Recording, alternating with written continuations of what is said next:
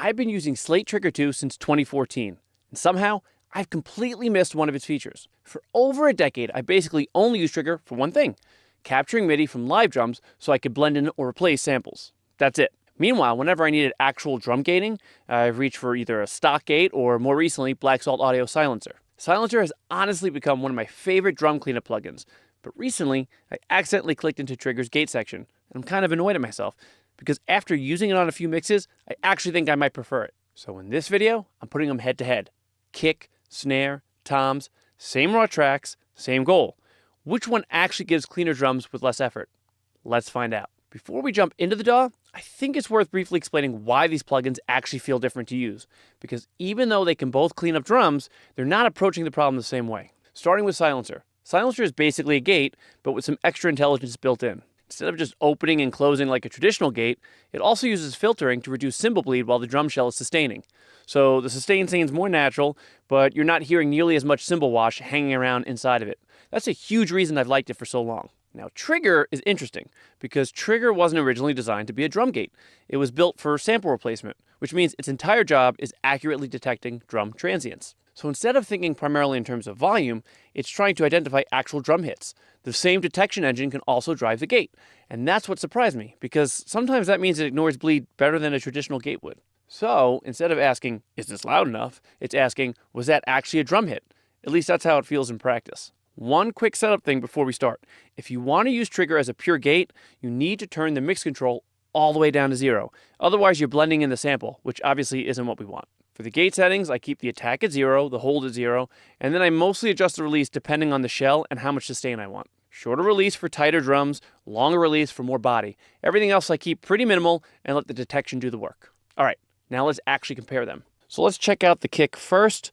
I'll play it back for you with no gate or any type of depleting on it at all, so you can kind of hear what just the raw kick sounds like first. And it sounds like this.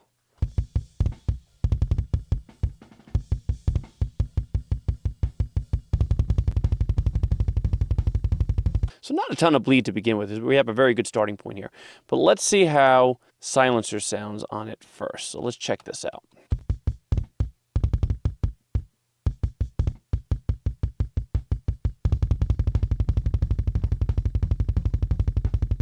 Does a nice job of cleaning up that bleed.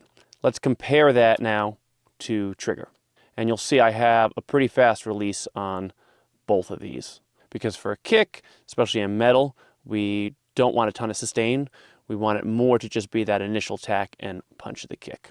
So let's check out Trigger 2.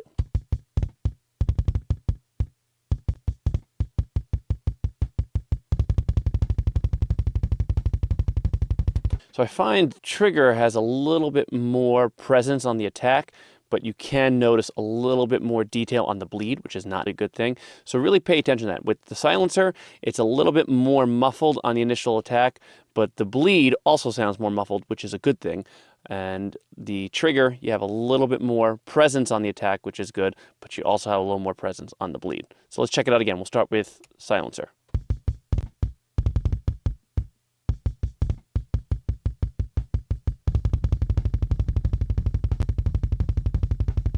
And then Trigger.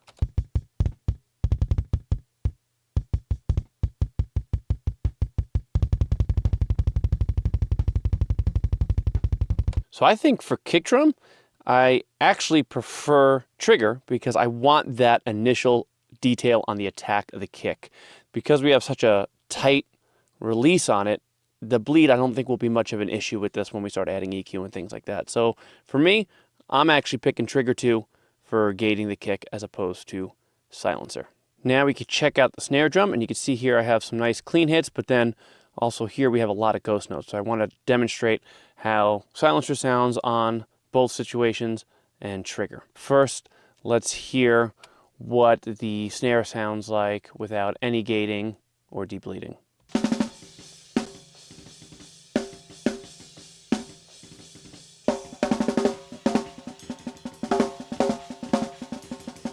You know, a normal amount of bleed that you would typically hear on a snare drum.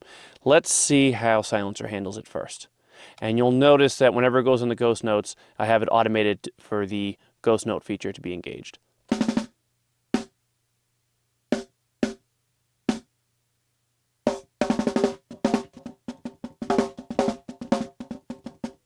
Now let's compare that to trigger.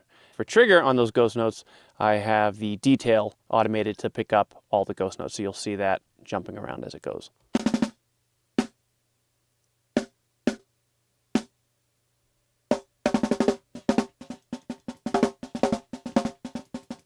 Both sound really great on this, but I think where you notice the biggest difference is right here with the ghost notes. Pay attention to silencer on the ghost notes, and to me, it sounds a bit washy, almost like a whoosh, whoosh, whoosh, whoosh, as opposed to really hearing the detail, whereas trigger, you actually get a little bit more attack and detail on the ghost notes. So let's just play the ghost note section back. First, we'll have silencer going, and like I said, really pay attention to the detail of the ghost notes, and then we'll compare that to trigger. Compare that to trigger. For me, trigger just sounds sharper. So I actually think, in this case, trigger wins again. I like the detail on the attack of the snare, and for ghost notes, I feel like that's the biggest difference where trigger really shines. So far, trigger's winning 2-0. Now we have a section here where the drummer's playing a lot of toms, and let's just check that out without anything on it so you can hear what the raw tom tracks sound like.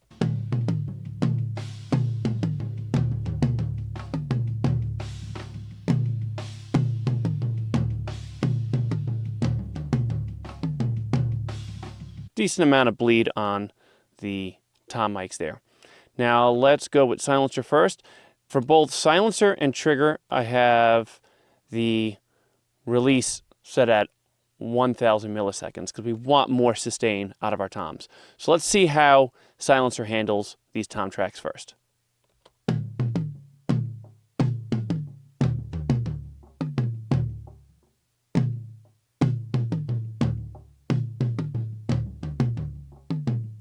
Silencer actually does a fantastic job of minimizing the bleed. I mean, you could hear the bleed still, but with the EQ that's kind of built into how silencer works, it sounds very muffled, which will be very forgiving then when we have to add EQ to these tracks later. Let's see how trigger does.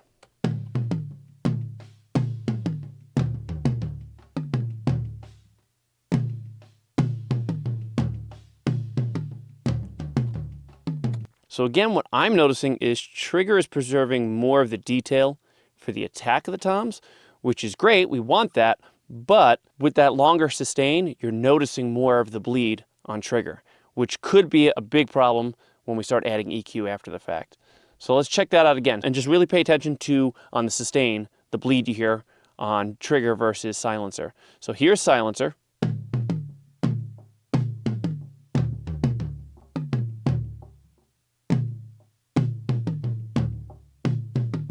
And then again, let's compare that to trigger.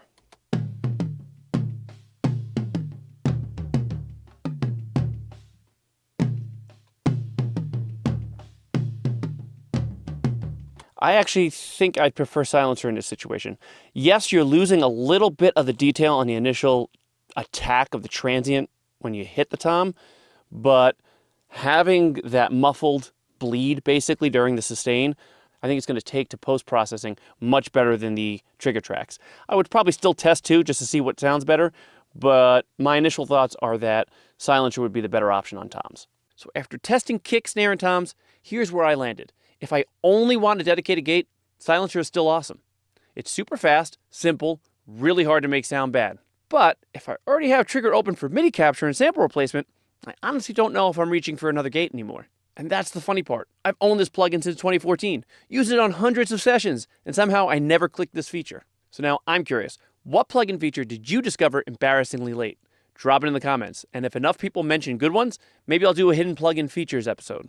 And if you're recording your own music at home, check out the links in the description. I've got a bunch of free resources down there, including guides on recording drums, guitars, bass, vocals, plus a guide on preparing your tracks for mixing so you can get better results before you ever send them off. And if you'd rather skip the trial and error and want me to mix your next release, there's also a link in the description to get in touch. And finally, if you're wondering, wait, how did these drums actually get recorded in the first place? I did an entire breakdown showing you exactly how I track the drums you just heard in this video. You can watch that by clicking right over here. See you in the next one.